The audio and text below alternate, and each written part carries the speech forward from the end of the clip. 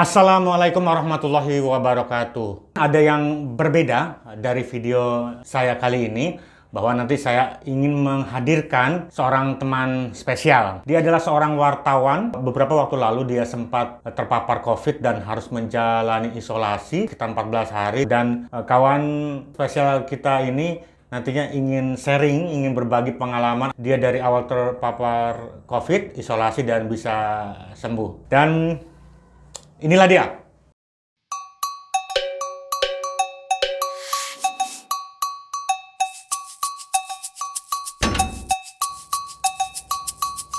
Saya sendiri. Rama. Silakan. Gimana kabarnya? Thank you. Terima kasih. Baik ya. Okay. Baik, alhamdulillah. Pulih ya, total ya. 100% total ya. Alhamdulillah.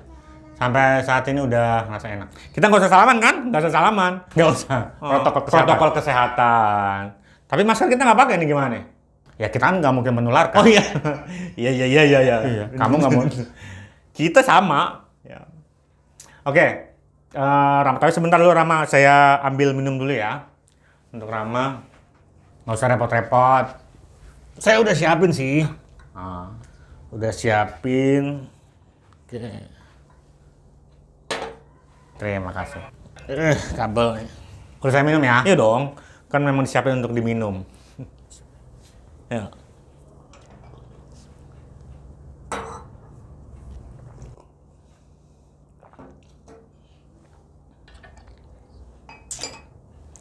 Ya Rama, jadi kondisinya udah normal ya. Udah seperti sedia kala sebelum kena COVID ya. Udah enak. Ya, alhamdulillah. Ya.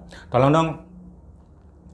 Kita ingin berbagi kan, Rama ingin share ke kawan muda di manapun berada, khususnya wartawan ya, wartawan pemula yang saat ini masih berjibaku bekerja di lapangan, meliput, mengumpulkan informasi, membuat berita untuk disampaikan ke masyarakat luas ya.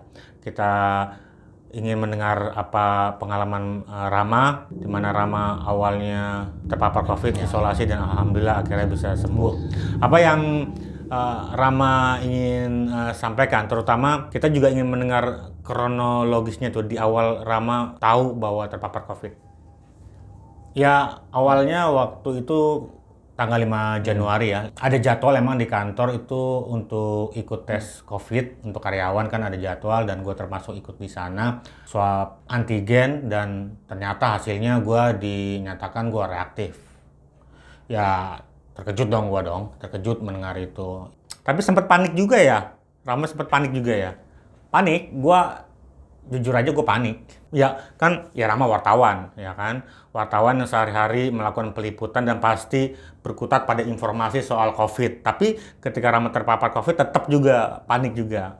Ya, gue tetap panik walaupun gue sebelumnya juga udah nyiapin diri ya kan. Gue sebagai wartawan gue paham bahwa profesi wartawan adalah salah satu profesi yang rentan terpapar COVID. Makanya gue nyiapin mental dari awal-awal sebelum gue terpapar untuk gue nggak panik gitu ketika emang akhirnya gue harus kena nantinya. Dan walaupun gue nyiapin itu tetap aja gue harus panik.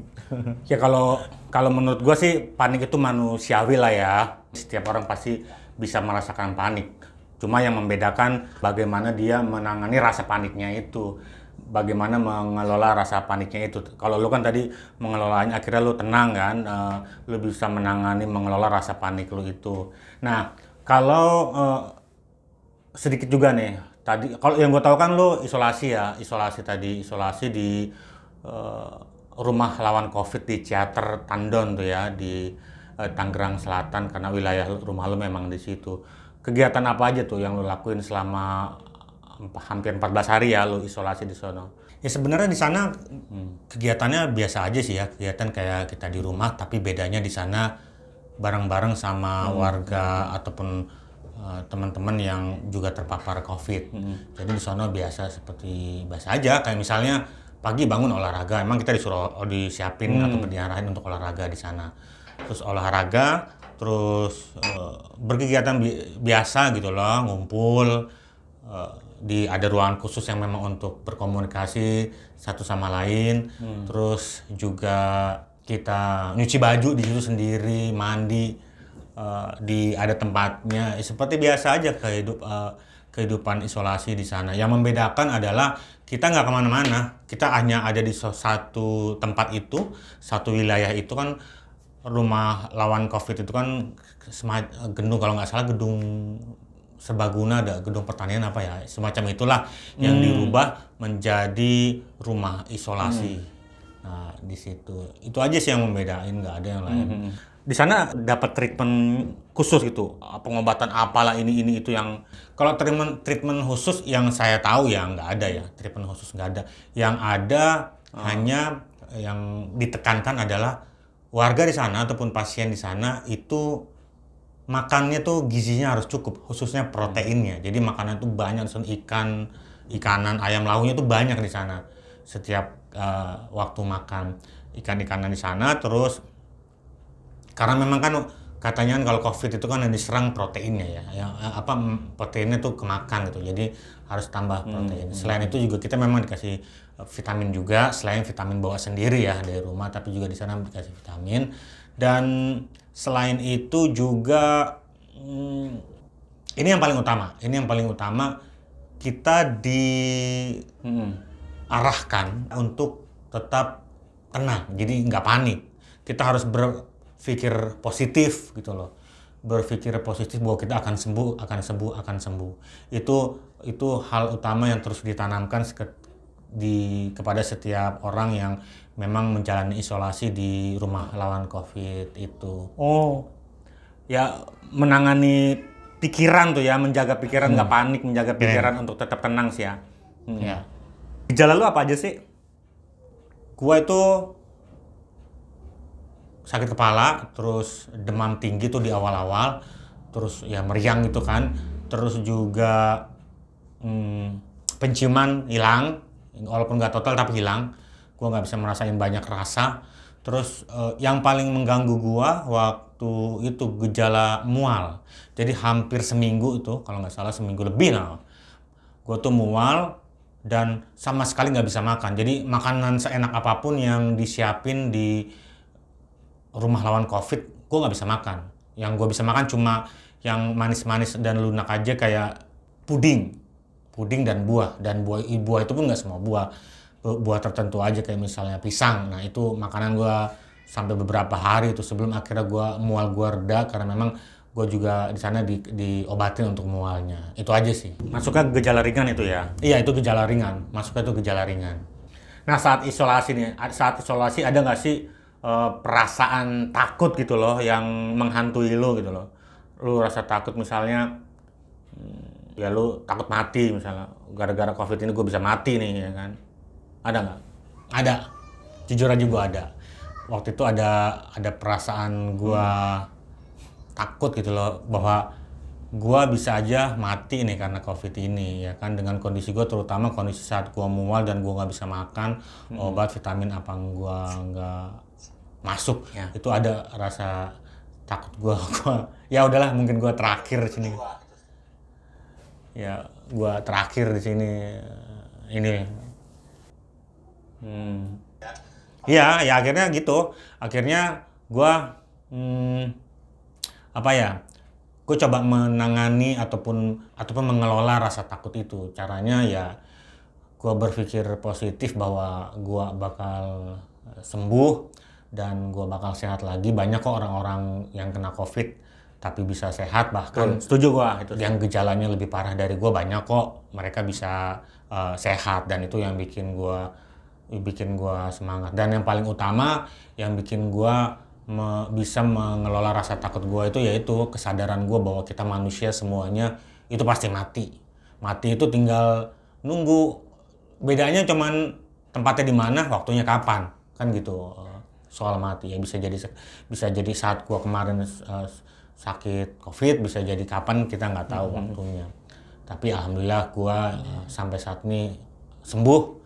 Allah memberikan kesembuhan, mengangkat penyakit yang ada di badan gue. Gue bersyukur banget akan hal itu. Dan juga selain itu gue juga merasa gue dapat semangat ya kan, support dari ya teman-teman gua, dari keluarga gua yang supportnya tiap hari nelfonin, Ram gimana kabar lu, Ram gimana kabar lu, apa yang gua dulu butuhin. Nah itu support banget bagi gua. Ada yang juga ngirimin vitamin, ngirimin madu, ngirimin makanan, itu support banget bagi gua. Apapun gitu loh, itu support banget bagi gua. Kayaknya memang faktor keluarga, dorongan keluarga dan dorongan semangat dari teman-teman itu berpengaruh banget sama lu ya. Siapa lagi kan kalau bukan saudara, teman-teman kita yang nolongin kita, dan kita pun juga nanti pasti akan begitu kan. Kalau ada saudara teman kita yang ada musibah atau kena COVID atau nggak mungkin lah kita diem kan. Pasti kita harusnya bergerak untuk ikut support gitu. Apapun supportnya lah bentuknya ya. Oke, Ram, dan ya kita nggak panjang-panjang juga obrolan kita ya. Tapi yang penting ada poin-poin penting yang bisa ditangkap atau yang bisa menjadi manfaat bagi teman-teman kita, kawan-kawan muda yang saat ini, terutama wartawan pemula yang saat ini masih berjibaku di lapangan mencari informasi untuk menyampaikan informasi ke masyarakat agar nggak terpapar COVID, ataupun ketika yang sudah terlanjur terpapar COVID bisa survive gitu, menjadi COVID survival yang tangguh gitu lah ya. Apa poin-poin yang lu mau sampaikan soal ini? Ya, pertama yang pasti ya, yang sebenarnya udah umum tapi masih banyak orang yang kurang aware soal protokol COVID itu. Artinya ya pakai masker, jaga jarak, dan lu nggak usah ngumpul-ngumpul deh kalau bukan hal yang penting banget, hal urgent banget gitu loh. Yang udah dikasih tau para ahli ya kan, kita ngikutin aja. Suruh pakai masker, kita pakai masker. Setuju gak? Jangan berkerumun ya jangan berkerumun kayak gitu. Kalaupun akhirnya itu udah kita lakuin, kita disiplin, tapi kita tetap terkena COVID, itu bukan tugas kita ya kan, itu bukan urusan kita, itu takdir Allah ya kan. Kalaupun akhirnya kena ya kita terima, tapi tugas kita adalah kita berusaha untuk nggak terpapar. Kalaupun akhir terpapar, serahkan itu untuk Allah. Ya pasti Allah ngasih hikmah di balik itu semua. Oke, protokol kesehatan tuh utama tuh ya. Oke. Ya. Dan selain protokol kesehatan itu support system. Lu coba deh rencanain, siapin support system lu itu untuk mengantisipasi ataupun jaga-jaga terkait COVID ini. Artinya begini, kita bukan nantangin untuk kita kena COVID ya, bukan. Tapi maksudnya kita realistis aja deh. Saat ini COVID itu semakin dekat ke lingkaran kita, lingkaran keluarga kita, lingkaran diri kita pribadi.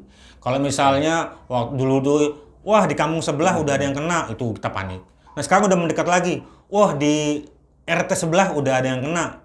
Terus sekarang mendekat lagi, RT kita di sebelah sana tetangga ada yang kena. Terus mendekat lagi, tetangga kita samping rumah itu udah ada yang kena. Nah sekarang mendekat lagi, saudara kita ada yang kena atau kita kena, kan semakin dekat tuh lingkaran COVID itu. Nah maksud gua, kita realistis lah, kita menjaga iya protokol kesehatan itu untuk menjaga kita nggak terpapar iya. Tetapi kita juga harus siap ketika kita terpapar COVID. Nah itulah support system yang harus kita siapin. Nah support system yang kayak gimana? Kayak misalnya gini, ketika gua terpapar COVID, gua pertama dinyatakan terpapar COVID, gua bingung apa yang harus gua lakuin. Gue blank pun gitu loh. Tapi karena alhamdulillah gue punya support system yang secara alami support system tadi ini ya. Ada waktu itu teman-teman gue, nah gue dibantu oleh teman-teman gue. Terus ada misalnya teman, lu sudah swab antigen, sekarang lu swab PCR aja ya. Gue dikasih masukan untuk itu. Oke, gue bingung swab PCR di mana. Lu swab PCR di sini gue. Akhirnya ditanya, dan karena gue nggak mungkin gue susah untuk mikir di mana ya gue, karena gue ngeblank waktu itu karena soal masih terkejut soal reaktif antigen, reaktif COVID. Nah banyak hal, dan ketika misalnya gue udah di rumah, gue harus kemana nih? Gue harus isolasi di rumah atau isolasi di tempat isolasi di luar. Nah itu masukan itu juga dari teman-teman kita, support system kita. Terus oke, pengen di luar. Terus gimana cara di luar? Nah, teman-teman kita juga yang bantuin support system, yang jadi bagian dari support system kita. Terus udah dapet. Terus keluarga gimana nih? Anak istri gua yang alhamdulillah negatif, dan gua sendiri di rumah yang positif. Anak gua 2 orang, istri gua dan ponakan gua yang kebetulan ada di rumah negatif semua. Gimana nih? ungsiin. Nah, ungsiinnya kemana? Ke rumah adik gua. Nah, itu support system gua lagi tuh dari keluarga gua, adik gua. Dan banyak support system kayak gitu. Terus beli vitamin gimana? Beli vitamin. Gua ngumpulin kebutuhan-kebutuhan gua untuk gua isolasi di rumah isolasi. Nah, itu ada istri gua yang nyiapin.